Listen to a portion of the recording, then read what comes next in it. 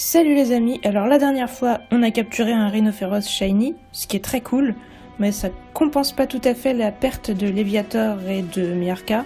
Surtout Miarca, parce que Léviator on pourrait s'en retrouver d'autres, mais malheureusement j'aurai pas de Libégon cette partie, c'est foutu. J'ai un peu du mal à m'en remettre, je vous avoue. Alors aujourd'hui on va essayer d'explorer ce que Rhinophéros gardait. Généralement, dans Pokémon, à chaque fois qu'il y a des scientifiques, ils font des trucs pas clairs. Donc on va aller voir ce qui se cache dans cet endroit chelou. C'est planqué, c'est gardé, donc il doit y avoir quelque chose derrière. On est parti. Maintenant on peut rentrer là. Ce fameux là, qui est... Fluxdown. Bon. Dans les euros, t'as plus de vie, tu vas pas rester en premier. Xatu. J'espère que tout va bien se passer, attendez.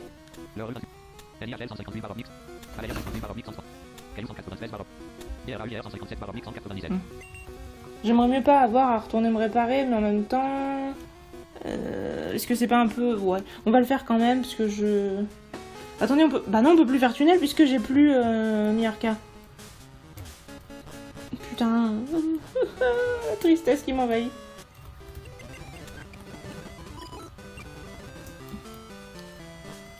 Heureusement qu'on avait une chier d'objets de soins, mais bah voilà, vous avez vu, on a dépensé une somme astronomique pour capturer cet épineux rhinocorne, enfin rhinophéros.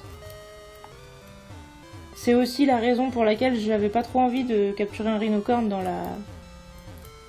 les ruines de Naljo. Hein. J'étais tellement contente d'avoir un crack noir. Comme je vous ai dit, c'est un Pokémon que j'adore, enfin que j'adorais. J'aime toujours, mais elle est morte. Putain, je pense que depuis le début, ça doit être une des morts qui me dégoûte le plus. Quoi. Bon, évidemment, voilà. Je pense que la mort qui me dégoûte le plus, ça reste quand même Thierry, mais... Alors là, il y a des flèches. X22, Y17O, il y a des flèches, donc je les prends, ça m'emmène en... 22-13, je vais essayer d'aller à gauche. Encore à gauche. Là, je suis en 4-13. J'essaie de monter, d'aller à gauche. Un téléporteur. Qu'est-ce qu'il y a ici? Oh, un rappel max, génial. Hein. Je vais pouvoir le vendre. Moi, ça me fera un peu d'argent. Un téléporteur à nouveau. Je crois que ça me ramène au début. Je vais essayer d'aller à gauche. Un X12, Y4.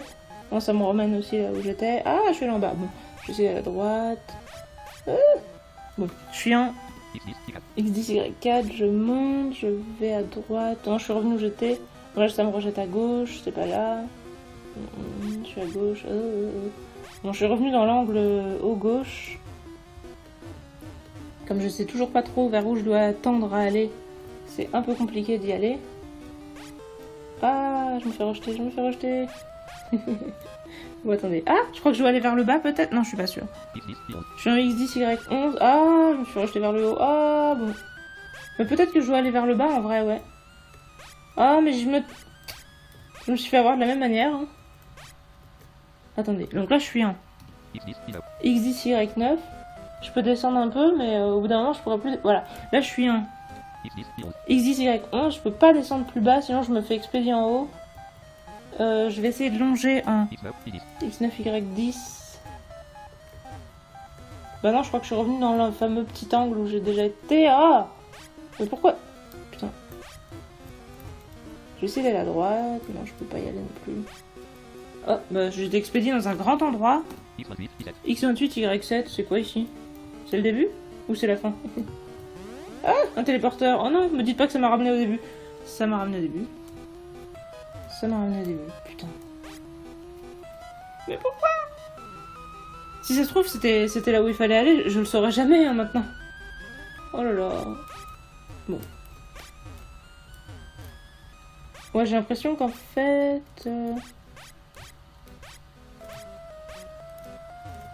l'endroit où il faut aller est un peu vers le milieu droite. Parce qu'en fait, on part du bas droite, vous voyez.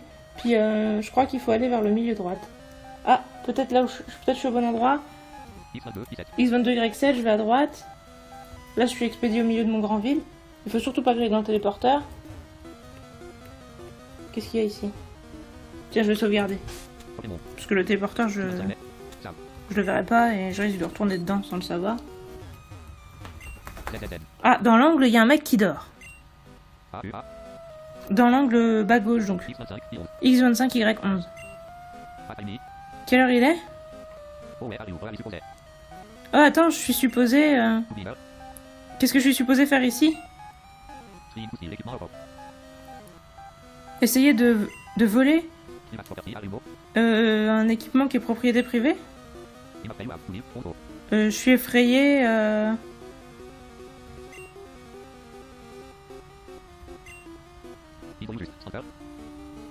tu veux juste rester ici?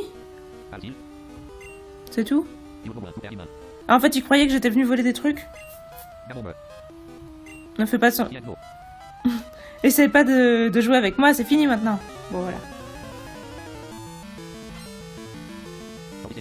Voilà, officier Dean. Bon, un officier qui dormait, en fait. Match chopin. Et j'ai le bon lead, j'ai le bon lead. Rafale psy.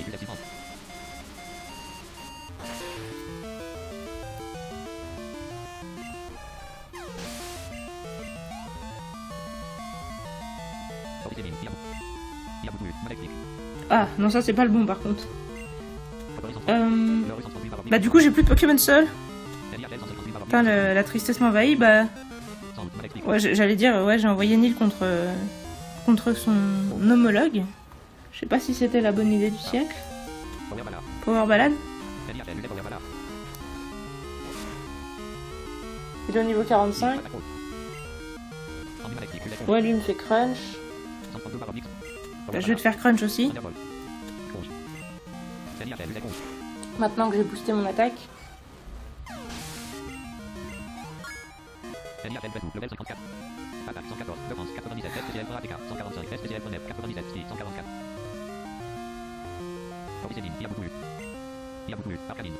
Arcanin. Est-ce que je reste pour taper ou est-ce que j'envoie quelqu'un qui... J'ai quelqu'un qui peut battre Arcanin? C'est pas sûr, hein. Bah, Caillou, mais...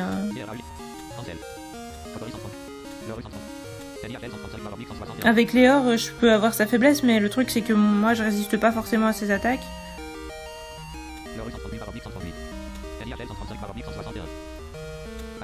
Bon. J'ai pas trop envie de prendre des risques, honnêtement, je suis désolée, je vais prendre Caillou.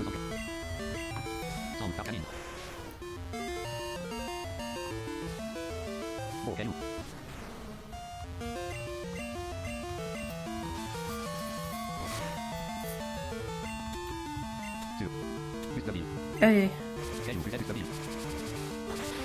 Death Devil, on est parti. Vous avez vu, j'ai décidé de bien le prononcer, de faire des efforts.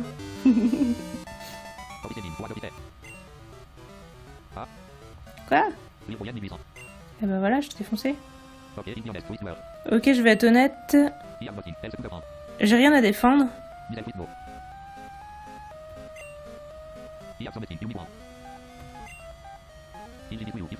J'ai quelque chose à te donner. Si tu fais juste un tour. Et que tu sors d'ici. Il y a un problème ici. C'est jamais... Bon, en tout cas, il veut que j'aille fouiner au laboratoire, je crois.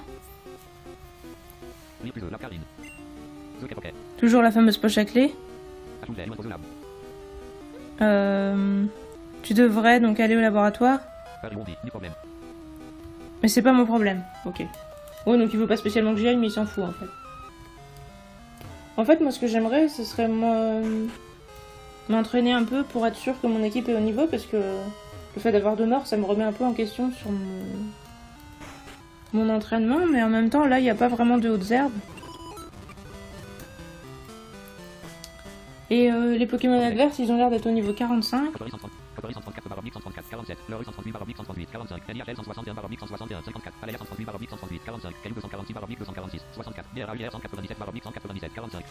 Franchement, je suis vachement juste, quoi, mais je suis pas non plus en dessous, donc je sais pas. Mais la question, c'est surtout où est-ce que je m'entraînerai. Parce que Il n'y a pas d'autres herbes ici. Faudrait que je sors de la ville, que j'aille dans les conneries où il y a de la glace et tout. Je pourrais peut-être essayer d'aller là-bas pour entraîner un peu Drogre. Parce que je veux pas me faire le labo aujourd'hui, ça va être long, il y a encore des énigmes et tout. Oui, ah bah. Tout à fait. C'est ce que je pense aussi. Mais il faudrait que j'aille prendre quelques niveaux. Évidemment, j'arrive pas à retourner dans la grotte. On peut vraiment pas bouger sur une ligne un petit peu plus grande. Ah si, là peut-être. Ouais. Voilà, c'était le gamin. Alors, qu'est-ce qu'on a?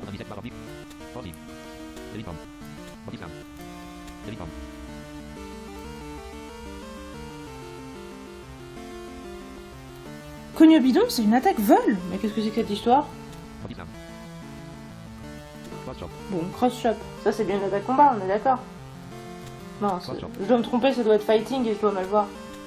Oui, c'est ça, c'est fighting. Donc cross chop, on en a combien des cross chop? On en a 5. Bon, quand vous voulez qu'on s'entraîne avec une attaque, on en a que 5 pp. C'est pas possible. C'est ridicule, enfin.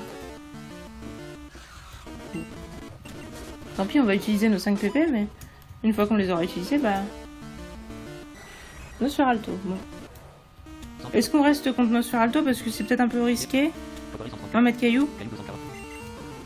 Parce qu'ils ont peut-être Cruel. Ah, sludge bombe, bah non, vous allez pas m'empoisonner, vous faites chier.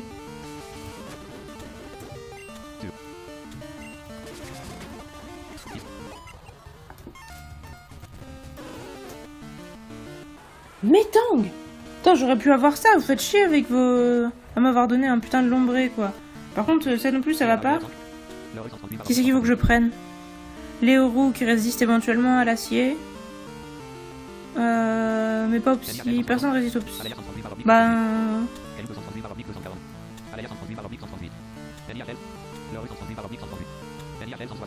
Bon, allez, Nil. Bad punch, mais ça va. On fait power balade? Ouais. Ça te ferait le x4. Hop. Par furet, même ça j'aurais préféré. Hein. Ah merde, il est plus rapide que nous, vous êtes sérieux? Bon. Heureusement, la Zarglass c'est nul. C'est absolument nul comme mot. Lombré, alors est-ce qu'on peut les battre les lombrés? Plaquage?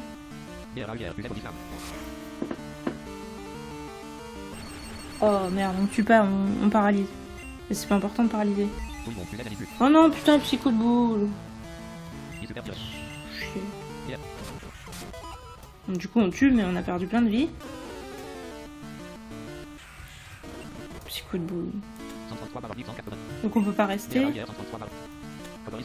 Qui c'est qui va s'en occuper de ça?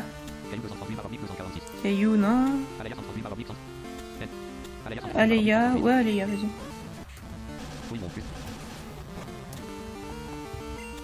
Allez, sludge bomb.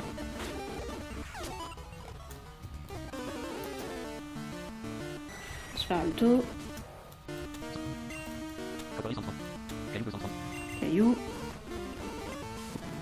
Oh, lire esprit. C'est vraiment de la merde, on s'en fout. Surf. Ah,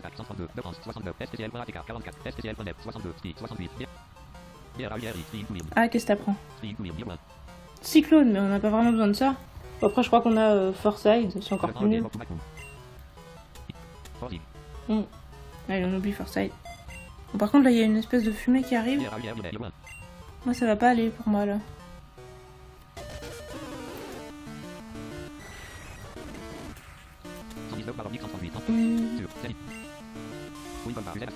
Nasty plot, ah merde, c'est ça qu'il fait, c'est pas l'air esprit. Puis moi je rate mon attaque comme un con, putain. Mon caillou. Ouais, tue-le, c'est urgent.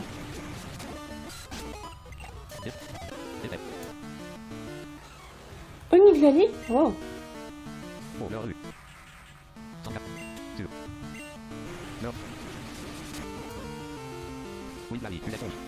Crunch.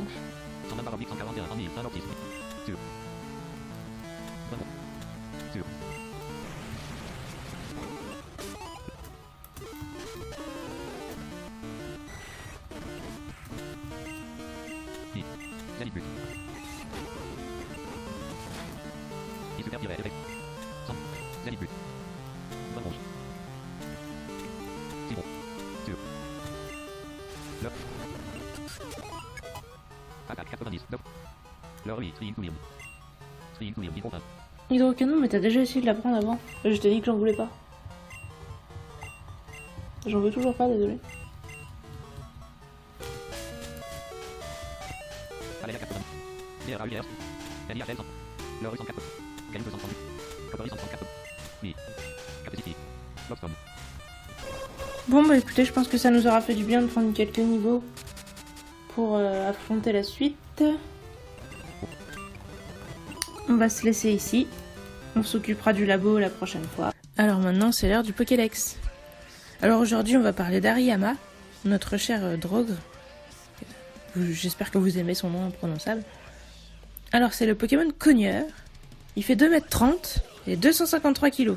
Donc il est quand même assez imposant. En même temps, c'est un sumo, donc c'est normal. Alors c'est l'évolution de Makuhita. Je vous parle pas de Makuhita parce qu'on l'a pas capturé sous sa forme de Makuhita, et je vous parle des Pokémon qu'on a capturés tout simplement, c'est un peu mon concept. Mais pour vous donner une petite idée du point où Hariyama est plus fort que Makuhita, toutes ses stats sont doublées par rapport à celles de Makuhita. Donc je pense qu'on a tiré le bon numéro. Et en plus, un petit truc marrant, c'est que le taux de capture d'Hariyama est plus élevé que le taux de capture de Makuhita. Donc on est vraiment tombé sur le bon numéro. Donc, pour ce qui est de son apparence, comme je vous le disais, il ressemble à un lutteur sumo. Il a les yeux bridés et les oreilles arrondies. Il a une crête triangulaire sur la tête, on ne sait pas trop ce que c'est, parce que c'est pas ses cheveux, en fait ses cheveux ils passent autour du cou de sa crête. Ses cheveux ils sont bleu foncé, et ils font une queue de cheval qui descend le long de son dos. Le haut de son corps est marron ou crème, parce que vous savez qu'avec les couleurs, voilà, il y a toujours une petite discussion. Et le bas est bleu. Il porte une ceinture jaune qui ressemble à un pagne. Il a un petit demi-cercle orange sur le torse, un peu au-dessus donc de sa ceinture. Et sinon, il a d'énormes mains à 3 doigts qui sont oranges. Et ses pieds aussi sont oranges. Ses pieds par contre, ils ont que 2 doigts. Et donc ses mains, c'est avec ça qu'il te fout des séries de coups de poing. Ce pourquoi il est connu. En japonais, il s'appelle Hariteyama. Et Harite, c'est le nom d'un coup, justement en langage de sumo, si je peux dire. C'est un coup avec la main ouverte qui ressemble à une gifle. Et Yama, c'est une montagne. Je sais pas si vous connaissez le mot, moi je le connais, hein, c'est un mot qu'on entend pas mal. Alors évidemment, comme c'est un sumo, il a l'air un peu gros comme ça, hein, à première vue. Mais selon le Pokédex, c'est qu'une apparence et en fait c'est une montagne de muscles. Le Pokédex de Pokémon Lune dit même qu'il a une force herculéenne. Alors de là à dire que la mythologie grecque a existé dans Pokémon, je vous laisse y réfléchir. Mais je suis pas sûre que c'était le même mot dans les autres langues. Hein. Donc quand il se raidit et qu'il contracte ses muscles, son corps devient dur comme de la pierre. Il lui arrive de piétiner le sol violemment pour concentrer son énergie. Alors je sais pas si les sumo font ça. Moi personnellement, quand j'ai besoin de me concentrer, c'est pas le premier truc qui me vient à l'esprit de piétiner très fort le sol. Hein. je vous incite à essayer si vous avez des problèmes de concentration. Vous verrez si ça fonctionne ou pas sur vous. Après ça pourrait peut-être déranger vos voisins d'en dessous. Apparemment, il peut envoyer en l'air un camion de 10 tonnes d'un seul coup de poing. Mais il peut aussi arrêter les trains en marche. Ce qui peut toujours servir si jamais votre train est parti sans vous et que vous avez besoin de le faire arrêter, ou si vous avez loupé votre arrêt, ou quelque chose comme ça. Alors apparemment, il s'entraîne le plus souvent possible, et il s'entraîne notamment à donner des coups avec sa paume. Et avec sa paume, il peut plier un poteau téléphonique. Alors vous avez vu, il a des drôles de centres d'intérêt. Envoyer voler les camions, plier les pots téléphoniques, les poteaux téléphoniques, arrêter les trains. Je trouve que c'est un gros vandale en fait le mec, et il est censé vivre dans les régions montagneuses, mais à en juger par les choses qu'il croise dans son quotidien. Moi j'ai plutôt l'impression qu'il vit à côté de chez moi, hein, à Vitry-sur-Seine. Il y a la gare juste en face, il y a des trains à arrêter, il y a des poteaux téléphoniques, il y a plein de camions. Donc je serais pas étonnée de croiser un Hariyama dans ma rue. Sinon, à part envoyer voler des camions, etc., il a d'autres centres d'intérêt, encore heureux. Parce que là, ça fait vraiment le gros casseur de base. Il aime mesurer sa force à celle des plus grands Pokémon. Alors j'ai envie de faire une blague de merde, des grands du genre Wailord, lol, la blague que vous comprenez pas si vous connaissez pas les tailles des Pokémon du Pokédex, et encore plus si vous connaissez pas Wailord. En gros, Wailord c'est une baleine immense, c'est un des plus grands Pokémon. Peut-être qu'ils en ont sorti des plus grands depuis, mais à l'époque où moi j'étais spécialiste, c'est-à-dire à l'époque de la 3G, c'était le plus grand. Et voilà, mais du coup, je pense que quand ils disent des plus grands Pokémon, ils veulent dire des Pokémon les plus célèbres ou quelque chose comme ça, genre ils se retrouvent entre Pokémon qui sont réputés pour être forts et ils se foutent sur la gueule. Et je pense effectivement pas qu'ils se tapent avec des Wailord, après ils peuvent taper sur tout et n'importe quoi. Et sinon, pour continuer dans les blagues de merde, le Pokédex de Pokémon Lune dit qu'il aime s'adonner à des concours de force pure. Et là j'ai envie de dire, ce concours-là il doit le perdre contre Charmina, parce que Charmina a la capacité spéciale force pure, donc il peut pas tester. Mais voilà, c'est encore une blague, j'espère que vous pouvez la comprendre. Et je me dis, soit vous la comprendrez, vous ferez « Oh !» tu vois, genre, t'as osé la faire. Ou soit vous la comprendrez pas et vous vous direz « Mais c'est pas drôle en fait. » Parce que Hariyama n'a pas la capacité spéciale force pure et comme c'est une capacité qui double l'attaque, je pense que s'il se bat réellement contre des Pokémon qui ont force pure, il risque de perdre en fait. Enfin, contre Charmina encore ça va, mais contre Mega Charmina, il a aucune chance. Hein. Puis même contre Charmina, parce que Charmina est combat et psy, donc il lui met un petit coup de boule et je pense que la montagne de muscles, elle vole avec les camions et les poteaux téléphoniques. Alors cela dit, malgré leur air stupide à penser qu'à taper, se battre, tout défoncer autour d'eux, quand ils sont âgés, leur priorité ça devient plus de se battre, mais d'entraîner les jeunes Makuhita. Donc ils ont quand même un côté un peu sociable, genre on partage notre passion du combat et tout, un peu comme les sportifs finalement. Vous allez me dire, c'en est, c'est probablement pour ça, hein, puisqu'ils sont inspirés des sumo. Alors je sais pas si vous vous rappelez que je vous avais parlé du principe des attaques signatures concernant Cacturne avec point d'art. Eh ben figurez-vous que Hariyama en a deux, approximativement, parce qu'il y en a une maintenant, il y a d'autres Pokémon qui peuvent la prendre. Donc la première c'est Cogne, donc c'est ces fameux coups de poing en série avec ses grandes mains. Donc c'est une attaque de la 3G, je crois qu'elle lui était propre jusqu'à la 5G. Donc en gros, quand je vous dis c'est une série de coups de poing, techniquement c'est une attaque physique qui tape plusieurs fois, un peu comme Torgnole ou Combo Griffe, quoi. Donc comme c'est une attaque multi-coup, c'est rien d'exceptionnel, mis à part que ça casse les clones et les ceintures force. Après, voilà, c'est pas d'une puissance phénoménale. Ah oui, un avantage aussi que j'oublie de vous dire, c'est que les effets qui s'activent à chaque coup le font à chaque fois. Donc si c'est un effet de l'adversaire, c'est pas bien, et d'ailleurs je vous déconseille de faire ça. Genre lancer Cogne sur un Pokémon avec statique, genre un Pikachu, ou un Pokémon avec corps ardent, genre Magmar. C'est pas une bonne idée, puisque à chaque fois que vous le touchez, vous avez une chance de brûler ou d'être paralysé. Mais par contre, si c'est vous qui avez un effet qui s'active à chaque coup, genre la roche royale qui a 10% de chance d'apeurer à chaque fois que vous touchez l'adversaire, si vous mettez 5 coups, vous avez 50% de chance d'apeurer. Et du coup, les Pokémon avec multi-coups, c'est une capacité spéciale qui permet de toucher toujours le maximum de fois possible avec les attaques en plusieurs fois.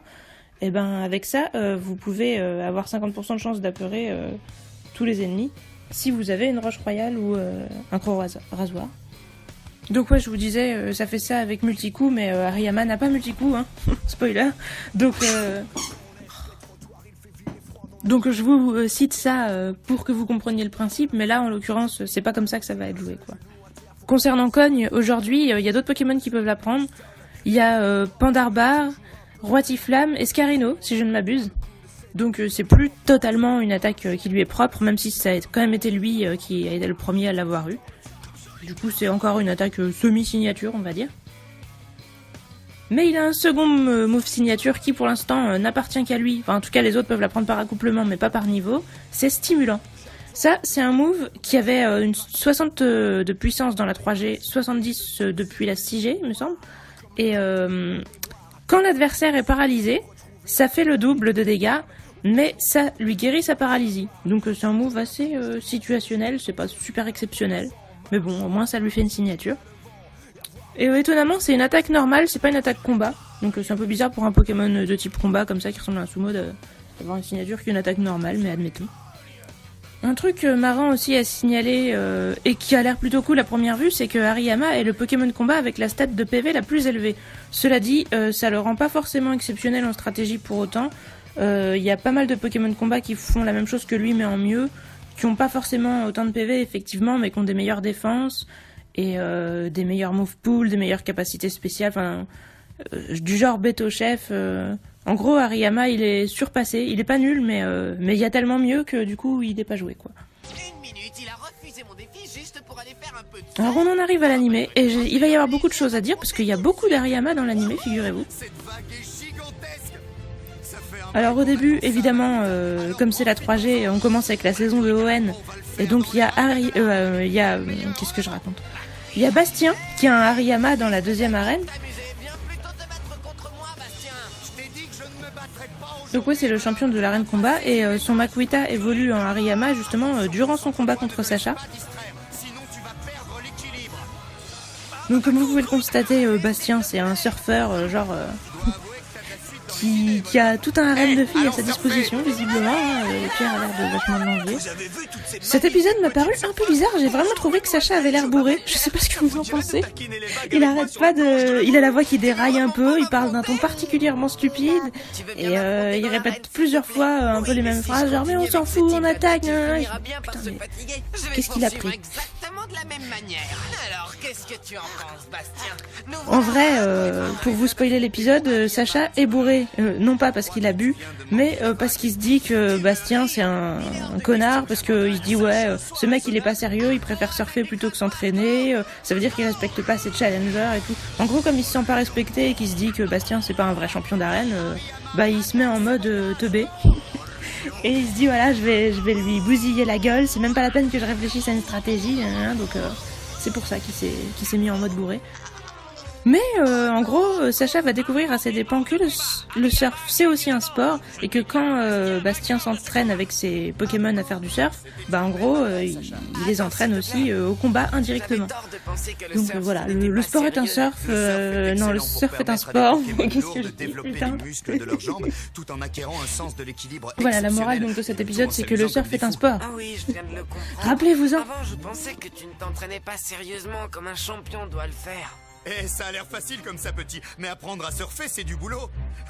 Bon, il va falloir accélérer les choses. Donc comme souvent dans l'animé, on peut se faire plaisir en voyant des combats sans aucune logique, où Machoc encaisse plein de cruels de Nirondelle en s'en foutant complètement, et où il le défonce d'ailleurs en un seul coup.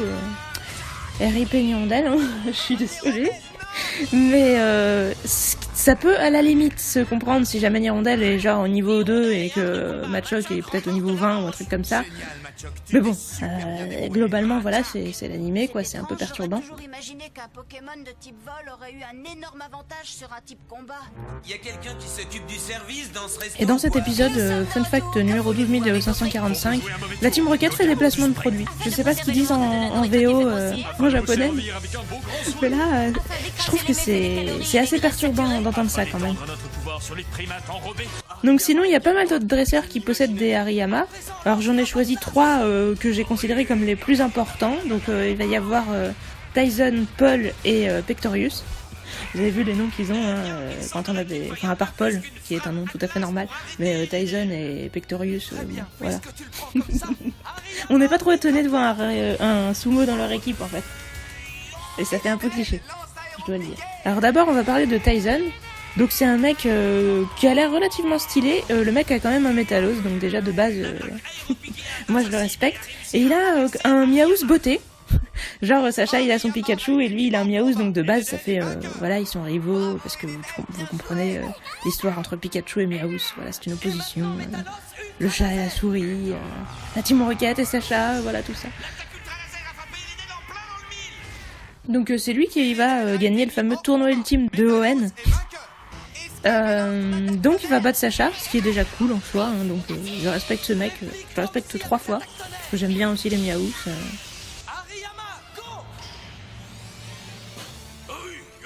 Chartor, tu es prêt à continuer? Alors comme, encore une fois, l'animé s'affaire à dire des conneries, je vais vous parler des capacités spéciales d'Hariyama, même si d'habitude je parle pas trop des capacités spéciales.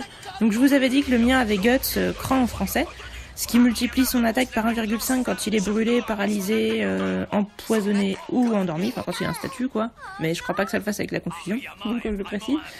Un statut majeur on va dire. Et bah donc ça c'est pas mal, mais sinon comme autre capacité spéciale possible, il peut effectivement avoir Isogresse, donc c'est de ça dont il parle dans l'animé. Isogresse qui fait que t'as une résistance feu et une résistance glace. C'est une résistance, c'est pas une immunité. Donc quand Pierre dit il prend absolument rien sur les attaques feu grâce à sa graisse isolante, Non, il prend pas absolument rien, il prend moitié moins, comme si il résistait au type feu, c'est tout. Sinon ce serait complètement pété. Donc Isogresse c'est pas mal comme capacité, mais à moins de vouloir en faire un Pokémon défensif, je pense quand même que Cran est mieux en général. Donc voilà, on peut voir la magnifique attaque cogne dont je vous parlais tout à l'heure. Et petite réflexion personnelle, en regardant ce combat, je me rends compte qu'en fait, les combats dans l'animé, c'est plutôt chiant. Ça a tellement aucun sens. Ça consiste vraiment juste à écouter oui, machin lance truc, et puis t'entends les cris des Pokémon, et puis après, pouf, t'en as un qui tombe. Et en fait, on voit tellement où le scénario veut en venir, on sait déjà qui va gagner. Du coup, parce qu'en fait, je me dis, par exemple, dans Yu-Gi-Oh, on sait qui va gagner, mais on sait pas forcément comment. Et même si des fois on se dit c'est pété parce que Yugi il est en mode oui il aime des cartes et pouf il tire la bonne carte, mais quand même il y a des stratégies où c'est des trucs que tu peux reproduire toi-même quand t'as les bonnes cartes et voilà il y a une espèce de réflexion derrière. Mais là les mecs balancent des attaques complètement random, des trucs mais qui n'ont absolument aucune logique et tout le monde fait oh là là et s'extasie sur ce qu'ils font. Par exemple Sacha qui envoie des Pokémon avec un type complètement injustifié du genre Masco face à Métalos. Les gens font oh là là il envoie un Pokémon plante face à un Pokémon acier, oh c'est original. Non c'est pas original, c'est juste débile, je suis désolée. Enfin, sincèrement ce truc de dire Sacha il est courageux parce qu'il envoie des Pokémon qui sont pas du bon type, mais non c'est de la merde. Enfin et tout l'animé est comme ça. Voilà, les Pokémon ils s'échangent des attaques. Le combat ultime de Meowth contre Pikachu, c'est genre ils font les mêmes attaques, ils balancent tous les deux des queues de fer, ils balancent tous les deux des attaques électriques, puis à la fin ils tombent tous les deux et c'est juste qu'il y en a un qui se relève et pas l'autre. Je suis désolée, c'est chiant en fait. C'est tellement prévisible qu'on s'emmerde et ça me rend triste de me dire ça parce que les combats c'est censé être ce qu'il y a de plus intéressant dans cette série. Enfin c'est le seul moment où t'as l'impression que ça bouge et qu'il se passe quelque chose en dehors des moments où la Team Rocket répète leur slogan 12 fois par minute. Et non, on arrive à se faire chier. Alors vous allez peut-être me dire, oui mais maintenant t'es trop âgé, quand t'avais 12 ans tu comprenais. Ouais je comprenais mais c'est pareil en fait, c'est parce que c'était le début et que je me disais, bah ouais c'est le début de la série, ça présente les personnages et tout, mais le truc c'est que Pokémon ça a toujours été le début et ça restera toujours le début, c'est quand même un peu triste. En fait, en fin de compte, les moments les moins inutiles, c'est quand même quand on voit les Pokémon sauvages dans leur milieu naturel et qu'on nous parle de leur mode de vie, etc. Enfin, c'est un peu dommage de se rendre compte de ça, mais je crois que c'est la seule chose qui sert à quelque chose dans cette série. En fait, vous allez me dire, mais comment ça se fait que tu parles de ça aujourd'hui? Mais c'est parce que là, je m'en rends d'autant plus compte que c'était censé être un combat épique, genre la conférence ultime, le match extrême de l'ultime de la mort, machin. Et je me dis, mais en fait, pendant tout l'épisode, j'étais en mode, ouais, bah... Voilà quoi, j'ai compris où il voulait en venir. Je veux dire, on voit venir à 10 km qui va perdre et qui va gagner. Et en fait, on s'en fout un peu. Et voilà, ça m'a rendu triste. Donc j'ai besoin de le partager avec vous.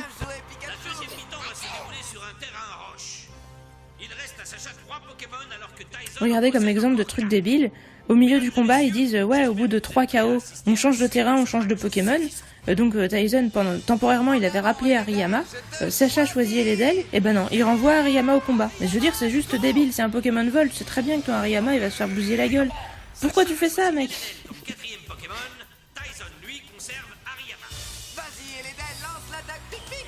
En plus, le mec a Métalos à côté, je veux dire, il aurait pu lui défoncer la gueule. Qu'est-ce que tu veux qu'Eledel il fasse contre Métalos?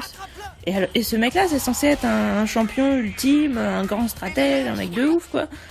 Et il fait des trucs mais comme ça, je sais pas, vraiment ça me rend malade. C'est complètement son adversaire. Écrapince, je te choisis. Écrapince.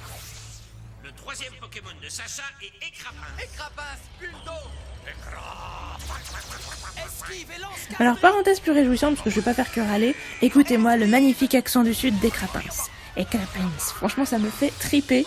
C'est comme soporifique avec l'accent russe et tout. Je sais pas pourquoi ils ont décidé que les soporifiques c'était normal en Russie ou que Écrapince venait de Marseille.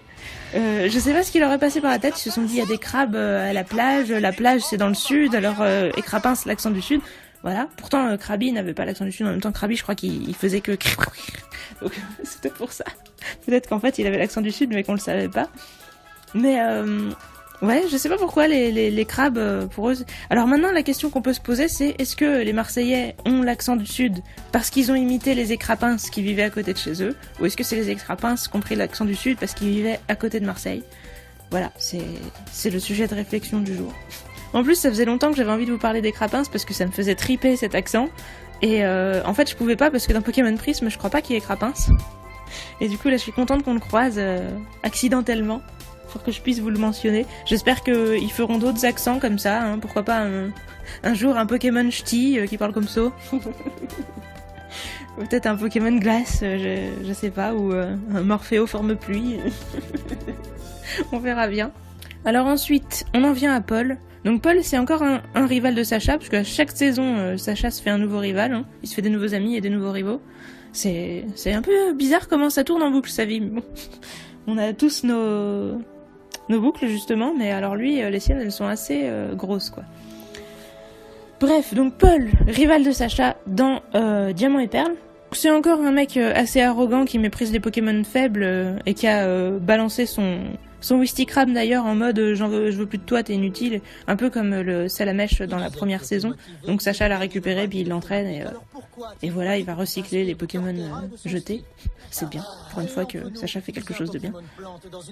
Moi je trouve que Paul est pas aussi désagréable que Régis, il veut pas trop parler à Sacha, il l'envoie chier, mais en même temps quelle personne sensée aurait envie de parler à Sacha? Non, bon, je l'ai peut-être pas assez vu, mais en tout cas, pour le peu que je l'ai vu pour l'instant, il m'a pas paru spécialement détestable. Il m'a plus paru intriguant. Après, malheureusement, dans cette série, il n'y a jamais rien derrière quand les gens paraissent intrigants, mais voilà.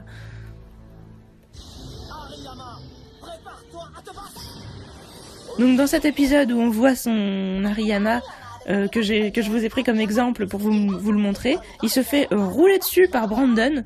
Ce mec, c'est le roi de la pyramide extrême. Oui, sérieusement, il s'appelle comme ça.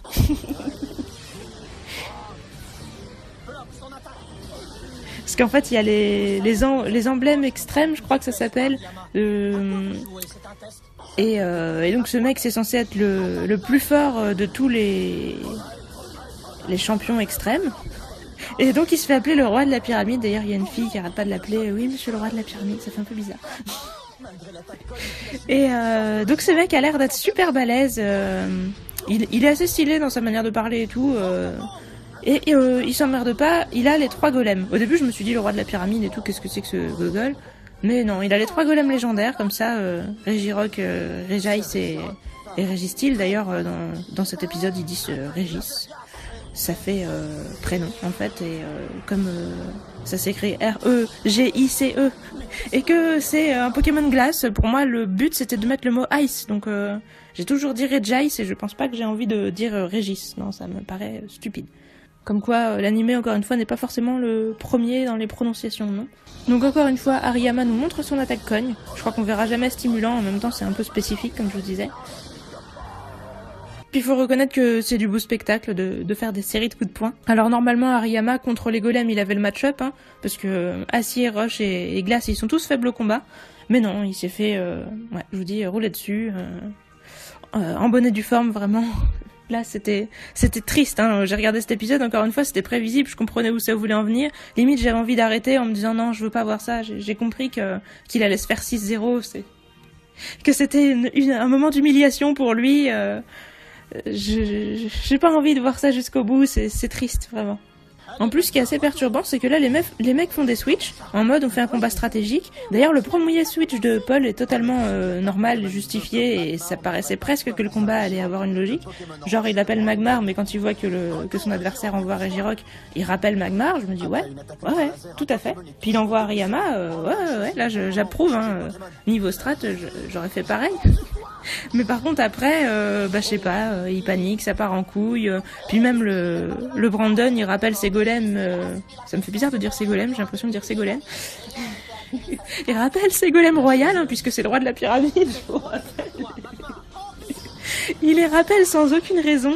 Il en envoie d'autres, comme ça on dirait qu'il montre son équipe, hein, pour se la péter un petit peu, parce que ils ont pas l'air en difficulté. Non, ils switchent comme ça, on sait pas trop.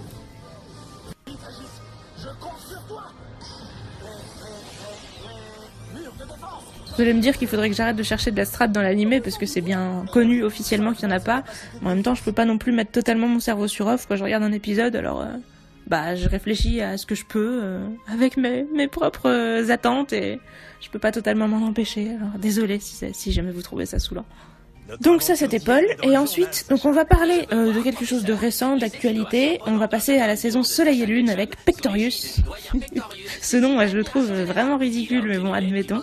C'est donc le doyen de la première île, l'île de Mélémélé si je ne m'abuse.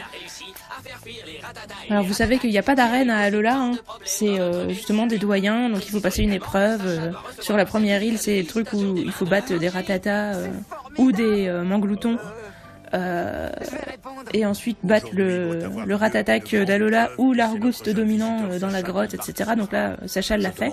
Et une fois qu'on a fait tout ça, on peut aller affronter le doyen de l'île. Donc ça change pas trop d'un champion d'arène sur ce plan-là. C'est juste qu'avant, au lieu de battre des disciples, il faut faire une épreuve. Contre le doyen Pectorius. Je voudrais tant que tu vois ça. Tu es prêt, Hariyama? Donc Pectorius, hein, Hariyama. Il a un Krabagar juste avant et ensuite Hariyama. Pikachu, il faut qu'on riposte. Donc encore une fois, son Hariyama lance-cogne, mais encore une fois, pas de stimulant, c'est un peu toujours pareil, je suis désolée. Mais par contre, cet Hariyama-là, on peut le voir lancer son attaque Z, donc c'est cool, comme ça, ça me fait l'occasion de vous montrer une attaque Z, même s'il n'y en a pas dans Pokémon Prism, pour votre culture générale, j'espère que ça vous fera plaisir. Bon, évidemment, Pikachu la tient, ce qui n'est pas du tout crédible, hein, parce que Pikachu, vous connaissez sa défense physique de merde. Par contre, en passant, comme je vous disais tout à l'heure, faire cogne contre un Pokémon qui est statique, c'est vraiment pas une bonne idée. Donc là, il le fait, il est pas paralysé, il a de la chance, mais il aurait pas dû faire ça.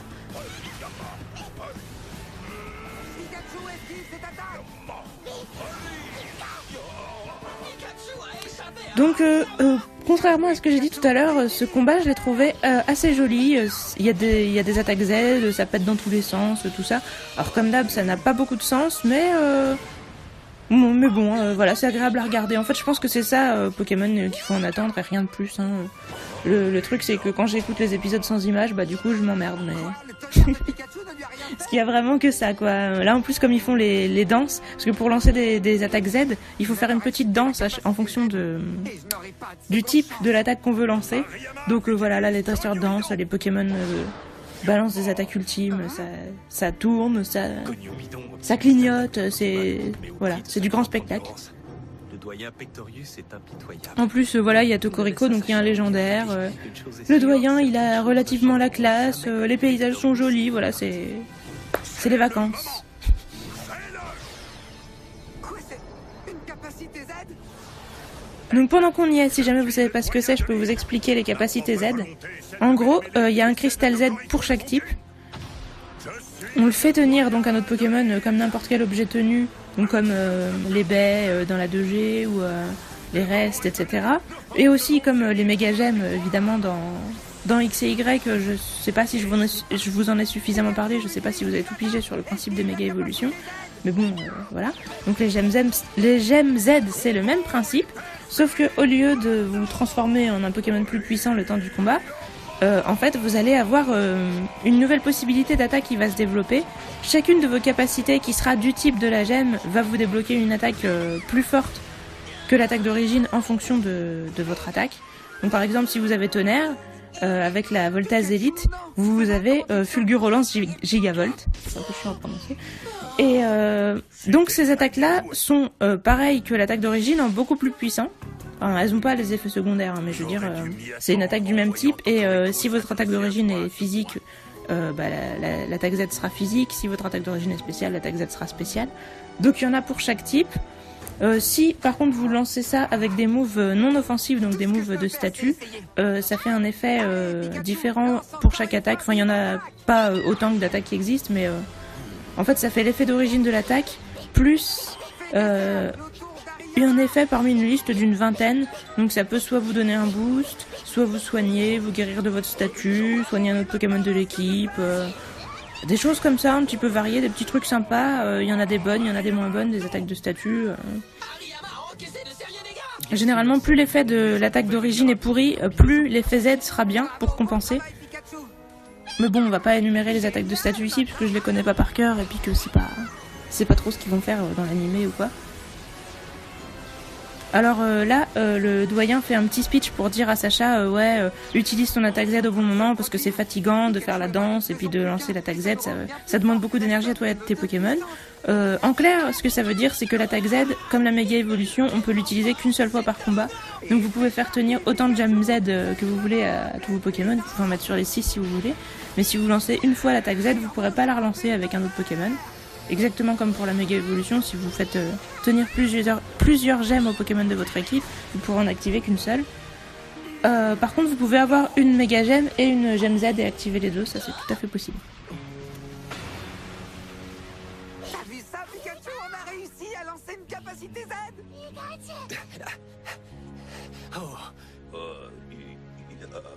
L'Ariyama du doyen Pectorius de Mêlé Mêlé est incapable de se battre. Ce qui veut dire que le gagnant de la grande épreuve de l'île de Mêlé Mêlé est notre visiteur Sacha Ketchum. Alors parenthèse, je sais pas ce que vous en pensez, mais je trouve que le générique de la saison d'Alola, la saison de Soleil et Lune, est particulièrement merdique. Jusqu'à maintenant, les génériques de Pokémon, c'est un truc que j'ai toujours aimé. Souvent, je les ai dans la tête, je les chantonne après. Je me dis, c'est des trucs motivants où quand tu les écoutes, t'as envie de sortir dehors, je sais pas, moi, de courir dans l'herbe et tout. Mais en fait, celui-là, je trouve qu'on dirait une caricature, je le trouve débile, je sais pas, on dirait il est pas crédible, il me donne pas envie de me battre ni rien, ça fait genre c'est les vacances et tout, mais je trouve que ça ressemble pas à Pokémon, ça fait série de l'été, je sais pas, Beverly Hills ou je sais pas quoi. C'est peut-être pas un bon exemple, mais vous voyez ce que je veux dire, ça... Pour moi ça n'a rien à voir avec Pokémon cette musique-là, j'accroche pas du tout. Alors en gros, pour en revenir à Ariyama, il y en a énormément dans l'animé, j'ai essayé de vous montrer que les principaux, mais vous voyez que c'est un Pokémon qui appartient soit aux champions d'arène, soit aux rivaux. Donc c'est des dresseurs importants ou aux champions de ligue ou de trucs, voilà. Donc c'est un Pokémon qui est relativement imposant et qu'on met à des dresseurs pour montrer que eux-mêmes ils sont imposants, qu'il faut trembler devant eux, que c'est des adversaires sérieux, etc. Quand on en voit, ça donne vraiment l'impression qu'il y a du challenge. Faut avouer que combattre un sumo, genre avec un petit Pokémon un peu frêle comme Pikachu, genre la petite souris qui court autour du gros sumo et tout, c'est vrai que ça fait un peu David contre Goliath, le truc un peu cliché du gentil qui va gagner en utilisant la stratégie ou le pouvoir de l'amitié dans le cas de Sacha, parce que la stratégie et Sacha ça fait deux. Mais voilà, pour dire qu'il y a une autre solution que la force brute, quoi. Ils aiment bien ce genre de truc. Et donc en résumé, par rapport au jeu, comme je vous disais, Ariyama il est surpassé stratégiquement, donc il est pas spécialement utilisé en stratégie. Par contre, pour l'aventure, c'est vraiment un bon Pokémon parce qu'il est assez bulky, il tape assez fort, même s'il a pas une très bonne vitesse, il a des attaques de priorité. Et puis de toute façon, dans l'aventure, comme on a souvent plus de niveaux que nos adversaires, la vitesse c'est pas le truc le plus important. Même si des Pokémon ultra lents peuvent être gênants, lui il est moyen donc ça va. Je pense qu'il peut faire le taf et j'espère qu'il restera longtemps avec nous et qu'il aura un bel avenir. Ok, bon. Ça. J'espère quand même que vous êtes fiers de moi d'avoir réussi à capturer ce rhinophéros qui était relativement féroce, comme son nom l'indique. Je suis encore sous le choc de la mort de Vibranymph et un peu moins de Léviator. Vous avez vu, j'ai jamais trop tenu à Léviator, mais parce que je me dis qu'on pourra en avoir d'autres. Peut-être que je me fais des idées et que ce sera plus difficile que ce que je crois, mais bon. En tout cas, voilà. Donc je vous dis à la prochaine fois pour le laboratoire. J'espère que vous aimez les rhinophéros shiny. Et je vous dis à bientôt. Salut.